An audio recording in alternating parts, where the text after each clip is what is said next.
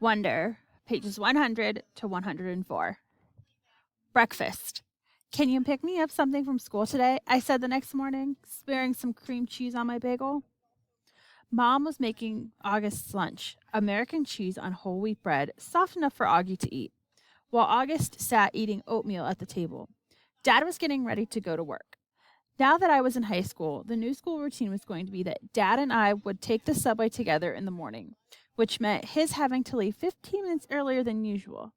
Then I'd get off at my stop and he'd keep going. And Mom was going to pick me up after school in the car.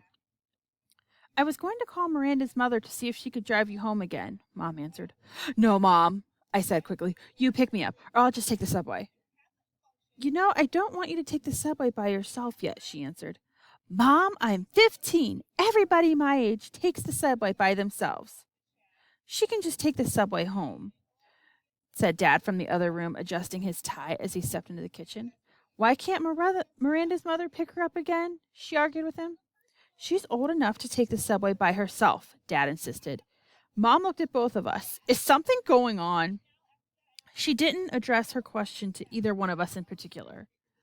If you had come back to check on me, I said spitefully, like you said you would.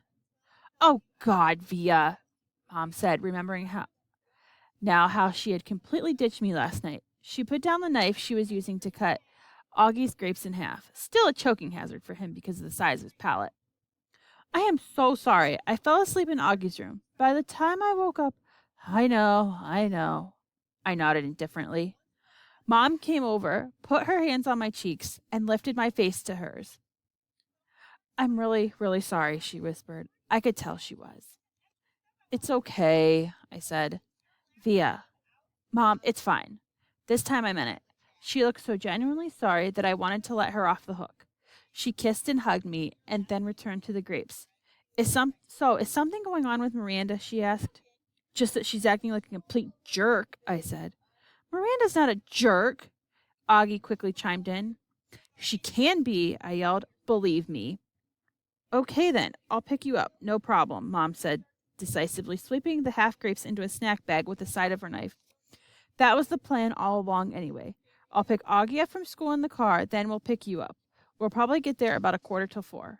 No, I said firmly, before she'd even finished. Isabel, she can take the subway, Dad said impatiently. She's a big girl now. She's reading War and Peace, for crying out loud.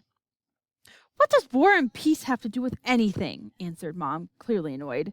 It means you don't have to pick her up in the car like she's a little girl, he said very sternly. Via, are you ready? Get your bag and let's go. I'm ready, I said, pulling my backpack. Bye, Mom. Bye, Augie. I kissed them both quickly and headed towards the door. Do you even have a Metro card? Mom said after me. Of course she has a Metro card, answered Dad, fully exasperated. Yes, Mama, stop worrying so much. Bye, he said, kissing her on the cheek. Bye, big boy, he said to August, kissing him on top of his forehead. I'm proud of you. Have a good day. Bye, Daddy. You too. Dad and I jogged down the stoop steps and headed toward the block. Call me after school before you get on the subway, Mom yelled at me from the window. I didn't even turn around, but waved my hand at her so she'd know I'd heard her. Dad did turn around, walking backwards a few steps. War and Peace, Isabel, he called out, smiling as he pointed at me.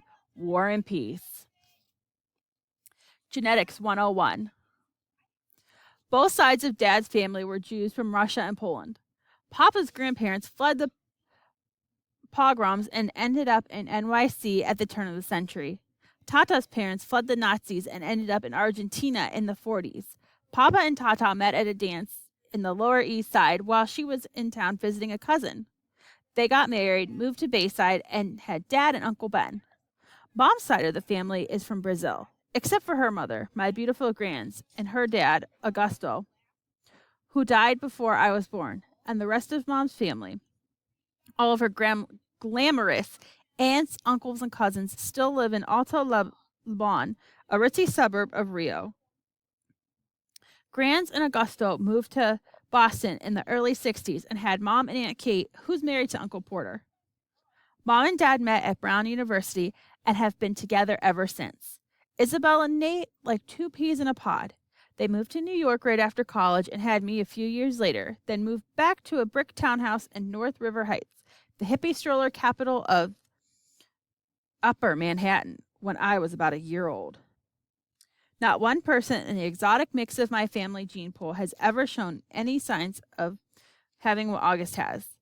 I've pored over grainy sepia pictures of long dead relatives in babushkas, black and white snapshots of distant cousins in crisp white linen suits, soldiers in uniform, ladies in beehive hairdos, Polaroids of bell-bottomed teenagers, and long-haired hippies, and not once have I been able to detect the slightest trace of August's face in their faces. Not a one. But after August was born, my parents underwent genetic counseling. They were told that August had what seemed to be a previously unknown type of mandibulofacial dysostosis caused by an autosomal recessive mutation in the TCOF1 gene, which is located on chromosome 5, complicated by a hemifacial microsomia characteristic of OAV spectrum. Sometimes these mutations happen during pregnancy. Sometimes they're inherited from one parent carrying the dominant gene.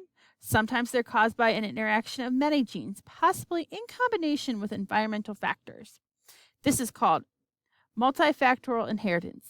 In Augie's case, the doctors were able to identify one of the single nucleotide deletion mutations that made war on his face.